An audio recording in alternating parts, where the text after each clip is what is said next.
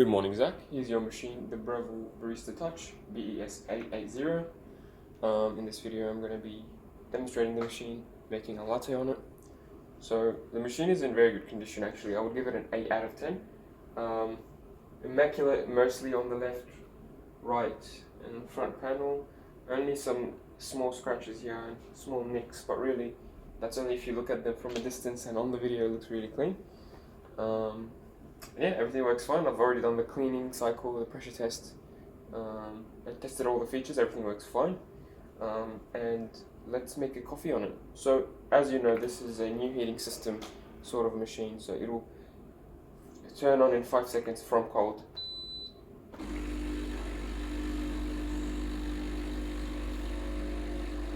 That's literally how long it takes, and it's ready to go. There's no heater time required. The thing is with these machines is that they heat water on the fly, so like they don't actively heat, so they are power efficient in terms of you can keep them on and they won't drain and cost you a lot of power, but that means you have to run a blank shot, or you have to warm them up if you want to get a really hot cup of coffee. So that's fine. I still do that with the other machines that I have. It's very simple. You just grab a cup, or preferably the cup that you're going to drink with, or going to drink from, and just place it underneath and run 1 or 2 shots of water. So let's run a single. This will run hot water through the system. It will warm up your portafilter and your cup. So I think it's a no-brainer. I do that on all my machines, even the dual boiler that preheats and everything, just because I think it's good to warm up the cup and also get rid of all the oils and coffee grounds that are built up there. So I think it's highly recommended.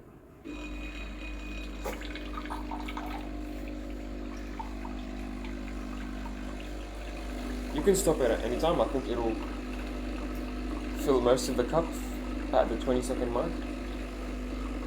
I'll stop it now. Should be more than enough. Like I said, just enough to warm things up, and that's pretty hot. So I'm going to put it on the side.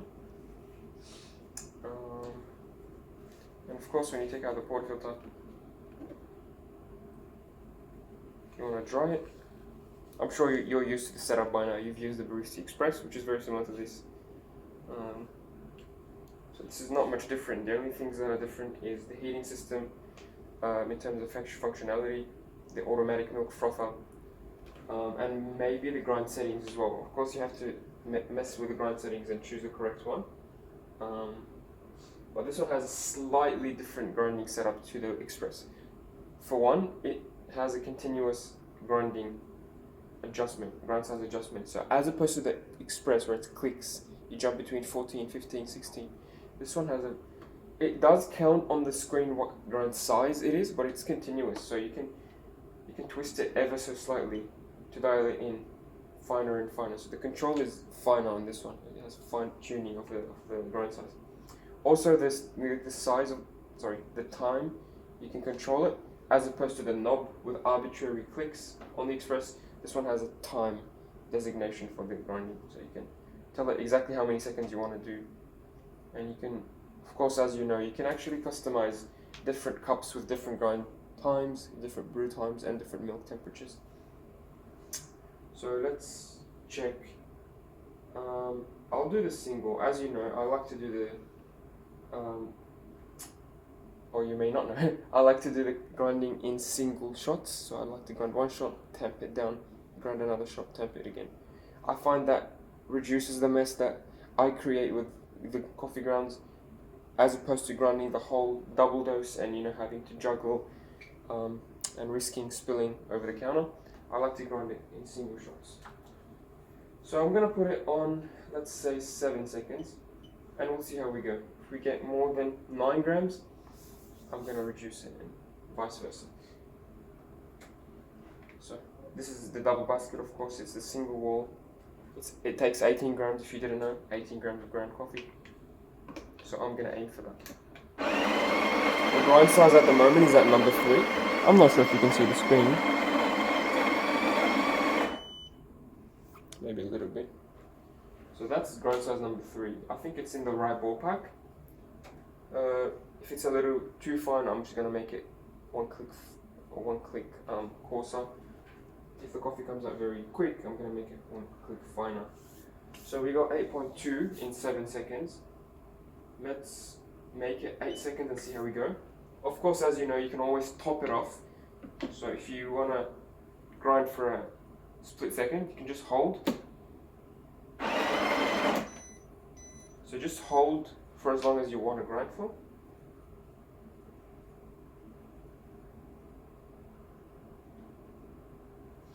Okay, that's getting there.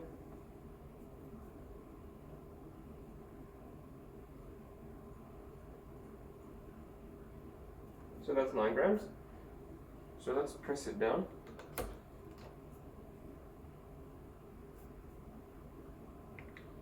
And grind for 8 seconds.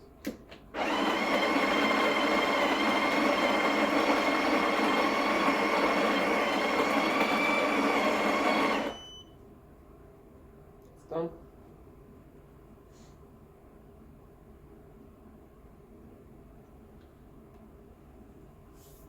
That's 18.5. That's good. That's good. It's a little bit more than I was hoping. Usually I aim for 18, maybe a bit less. I try to not exceed that 18 gram limit, but it looks okay. So if you think about it, 7 seconds gave us about 8.2.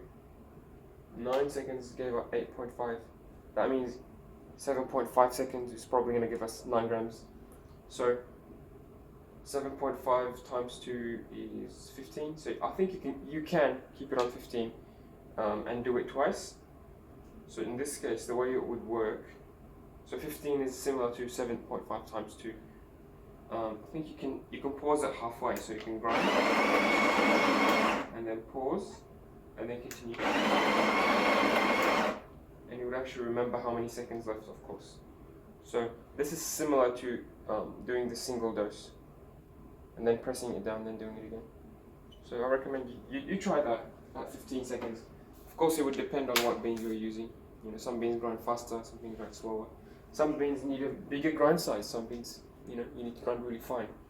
But yeah, just try to use fresh beans. Of course, as you know, that's the best way to go with these machines. If you try to use the cheaper varieties of coffee, most of the time they are stale, and they will just give you runny, watery coffee. That's not good for anyone, which is never a good idea. Yeah, that's 18 grams now. I've trimmed it down to 18 grams. I'm going to press it nice and firm with my tamper. Make sure you apply nice, even pressure.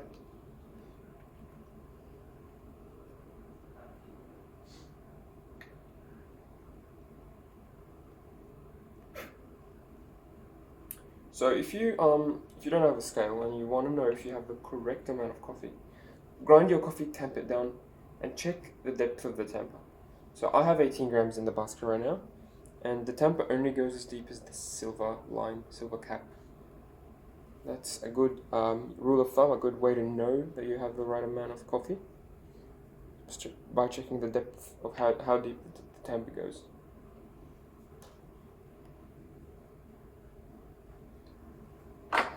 Clean the edges after that's done, and lock it in. You can run another just to heat up the shower screen. Not really necessary. If you really like your coffee hot, especially if you're drinking espresso only, you want it to be nice and hot. So you want to preheat your mug or your shot glass and the pour filter and the shower screen. Lock it in. This is a fairly fresh group head seal, so you don't have to lock it in all the way to the right.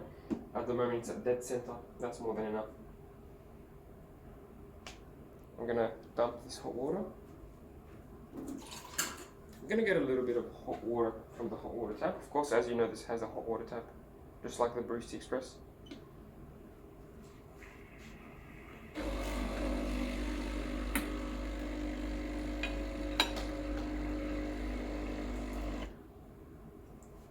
I'm just doing this because I like to add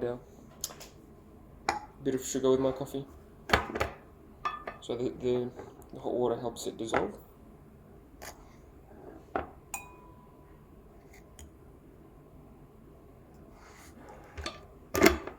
Great. Now, I'm going to measure the output just like I measured the input. So 18 grams in, 36 grams out is the ideal. So a 2-to-1 ratio. For every gram of ground coffee, I want 2 grams of espresso.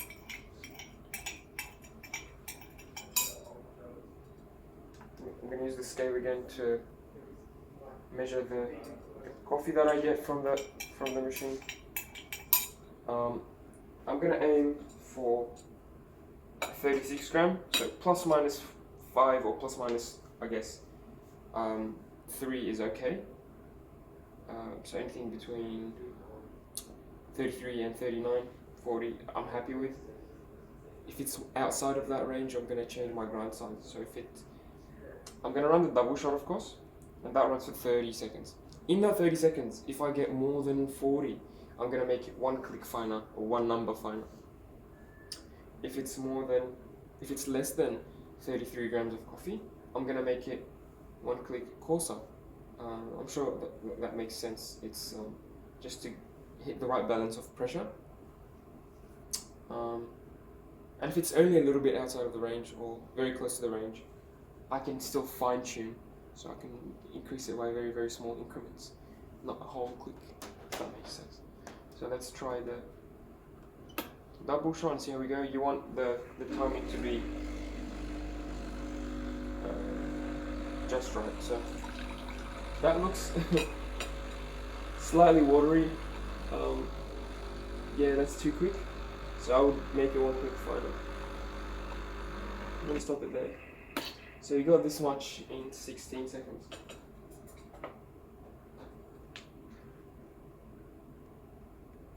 Yeah, we got 40 grams in 16 seconds. That's very quick. Ideally, it should be between 20 to 30 seconds, or really by the 30-second mark, I should be getting this much coffee. So that's quick. Next, I would make it 1 click finer, so jumping from a 3 to a 2. Trying that again. Of course, it's important to use fresh beans. I'm not using fresh beans, I'm using semi-fresh beans, I would say. It's Aldi brand, which is decent. But yeah, Breville recommends you use fresh beans, and use, the fresher the bean, the slower the pour. So that's my shot. I'm going to knock the portafilter into my knock box.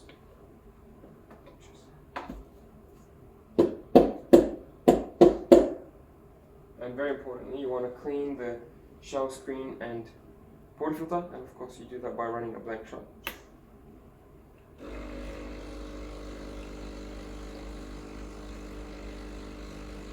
It's like 2 birds, 1 stone.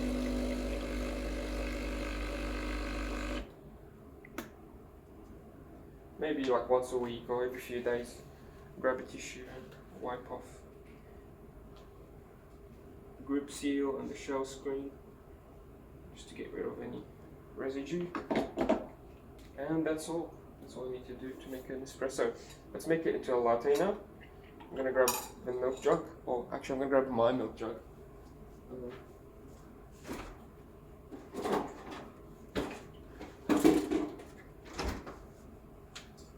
Don't want to soil your milk jug. Anyway, I'm going to fill it halfway with cold milk, as you know.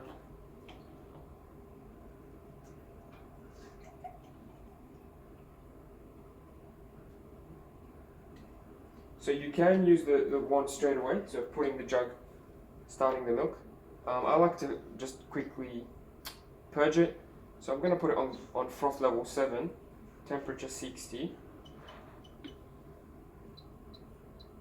I like to purge it for like a few seconds, so just turn it on for.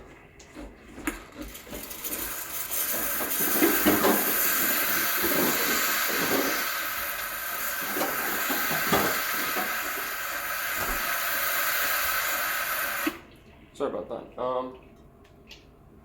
Yeah, so the way the purge works is just turn it on for a few seconds.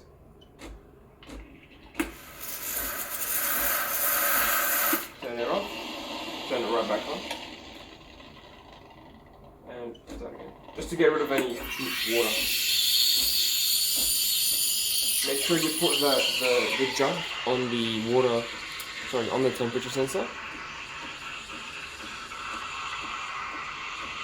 It doesn't have to be in the middle of the jug, it could be anywhere.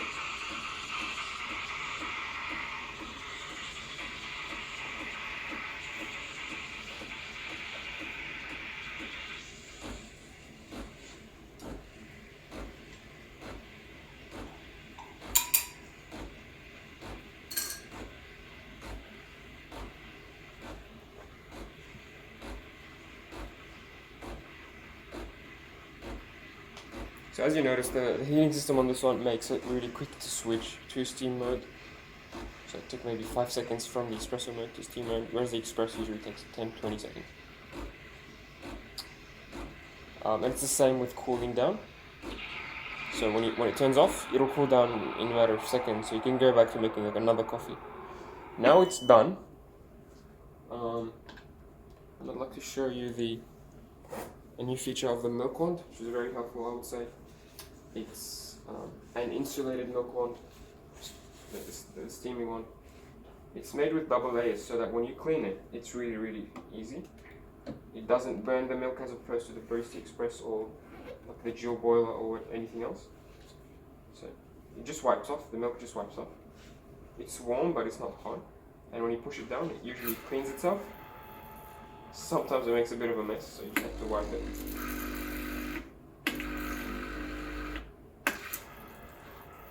That's all. That's pretty much everything you need to do to make a coffee on your Barista Touch and keep it clean. So make sure you always try to keep it nice and dry. Do the cleaning cycle on time, do the descale cycle on time, and I think it'll last you years and years with that level of care. Now it's coffee time, so I'm gonna knock the jug down on the counter just to break any bubbles.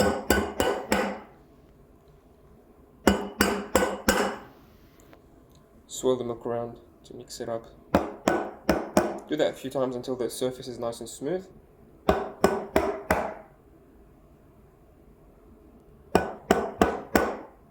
This is very good milk. That's on level 7.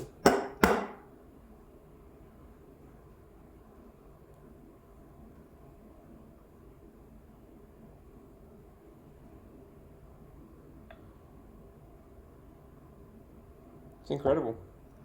I managed to make a semi-artistic pattern. It's quite easy with the milk that came out of this. Let me show you. It's not really a heart, but it's getting there. Anyway, it looks really smooth and looks delicious, I would say. Yeah, I think you'll love it. That's your machine. If you have any questions or concerns, feel free to message me at any time. But yeah, thanks for watching. See ya.